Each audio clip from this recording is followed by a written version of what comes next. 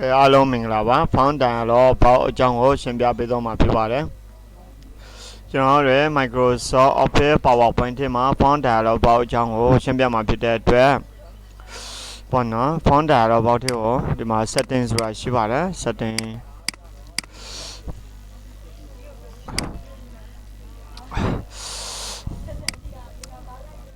ဒါလေးကိုနှိပ်လိုက်တယ်ဒါလေးကိုနှိပ်လိုက်ပြီးမှကျွန်တော်တို့လည်းဒီမှာမိမိတို့စကြရပေါ့နော်ကြိုက်တဲ့ပုံစံမျိုးလေးတွေကိုပြန်ပြောင်းယူလို့ရပါတယ်ဒါလေးကိုဆိုပါတော့နော် font dialog box ကိုကျွန်တော်တို့က all cap လုပ်ပါမယ် all cap ဆိုတာဒီဘက်မှာရှင်းနေဒါလေးပေါ့နော် all cap ဒါဆိုရင်အကုန်လုံးကအကြည့်ဖြစ်တော့မယ်ဒီအကုန်လုံး select မှတ်မယ်ဆိုရင်တော့ select မှတ်ပေးရမှာပေါ့နော် select မှတ်ပြီးတော့ all cap ဆိုပြီးတော့ရွေးပေးရမှာဖြစ်ပါတယ် all caps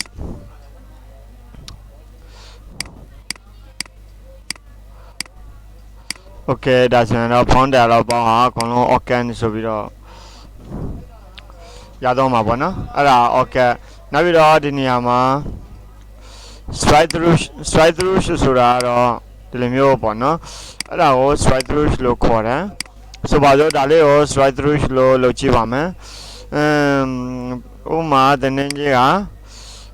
3သိန်းမဟုတ်တော့ဘူး1သိန်းအဲ့လိုမျိုးဆိုရင်တော့strike through okay အဲ့လိုမျိုးလောက်တာပေါ့နော်ကဲဒီဘက်မှာကြတော့3သိန်းမဟုတ်တော့ဘူး2သိန်းအဲ့လိုမျိုးလုံးမယ်ဆိုရင်တော့သူ့ကို double click နှိပ်ရမယ်ဖြစ်ပါတယ် double click နှိပ်ပြီးရင် font dialog box လေးကိုဖွင့်ပါတယ်ဖွင့်ပြီးတော့ double strike through ကိုနှိပ်ပါတယ် okay နှိပ်ပါတယ်ဒါဆိုရင်တော့ double strike through ရတော့ပြီပေါ့နော်ဆိုကြပါတော့ဒါလေးကိုsmall cap capital letter တော့ capital letter ပဲဒါမှမဟုတ်သူက small capital letter နော် capital letter အသေးစားမျိုးကို small cap လို့ခေါ်ပါတယ်ဆိုပါတော့ဒါလေးကို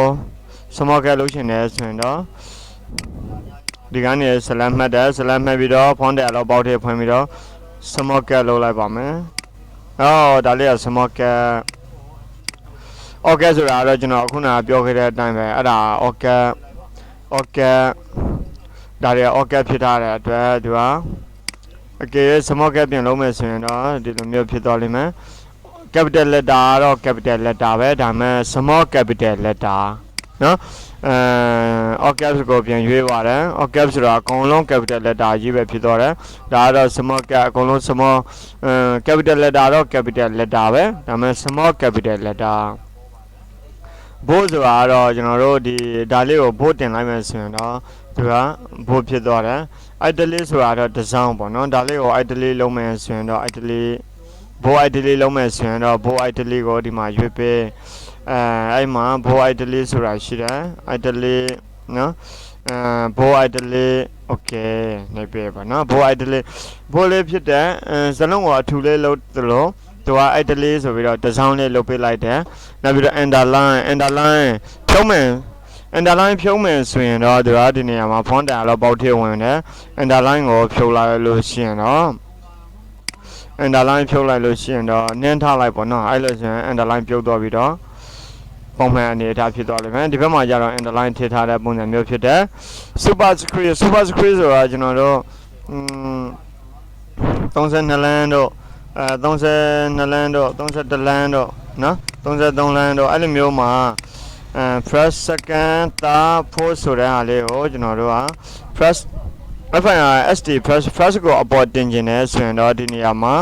font dialog box ထဲမှာအဲ့ဒါကို superscript လုပ်တယ်လို့ခေါ်ပါတယ်အပေါ်တင်တယ် second ကိုအပေါ်တင်ခြင်းနဲ့ဆိုရင်တော့သူက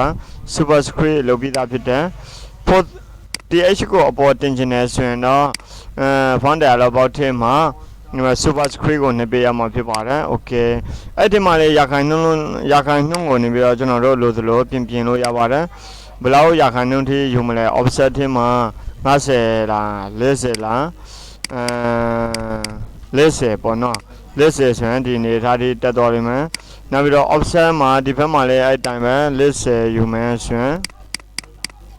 40နော်ဒါလေးကိုလည်း40လုံးမယ်ဆိုရင်တော့40နံပါတ်40ကိုရွေးပေးပေါ့နော်ရွေးပေးပြီးရင်တော့ဖို့ကိုလည်းဒီတိုင်းပဲပြီးတော့ font dialog box ထဲဝင်တယ်40လောက်ပါတယ် listen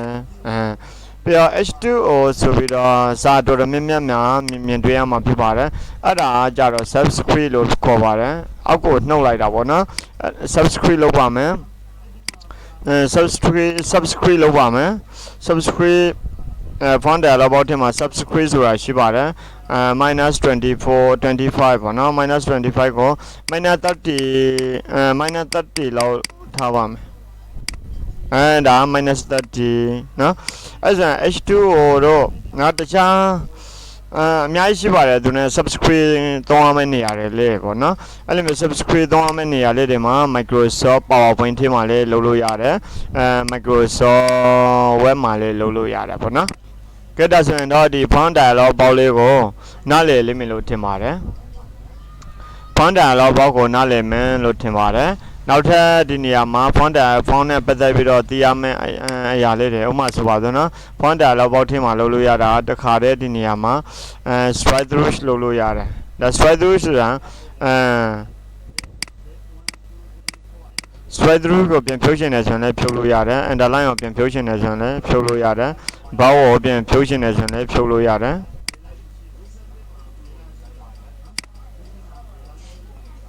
strike through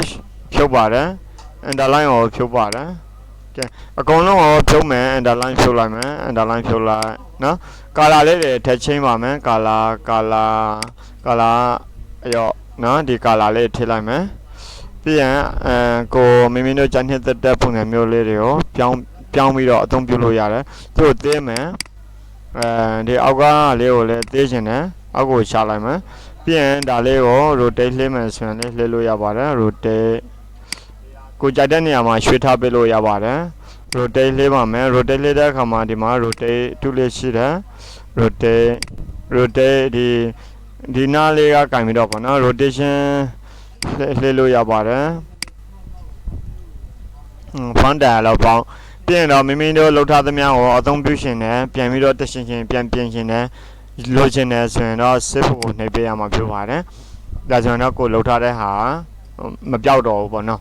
အဲ့ဒါဆိုရင်ပထမဆုံးသင်ခန်းစာတွေမှာကျွန်တော်တို့ကဓာတ်တာဝရှာရဲ့ပြဿနာတွေရယ်နောက်ပြီးတော့ဒီမှာ auto correct option လေးတွေရယ်မသိမဖြစ်သိထားမယ့်အကြောင်းအရာလေးတွေကိုကျွန်တော်ရှင်းပြဖြစ်ပါတယ်ဒီသင်ခန်းစာလေးကြတော့ font dialog box ကိုရှင်းပြတော့တာဖြစ်ပါတယ်နောက်ထပ်ဗီဒီယိုသင်ခန်းစာတွေမှာလည်းအသေးစိတ်လေ့လာကြည့်ပေါ့နော်အားလုံးပဲကျေးဇူးတင်ပါတယ်ကျောင်းသူကျောင်းသားလေးတွေအားလုံးအဆင်ပြေကြပါစေ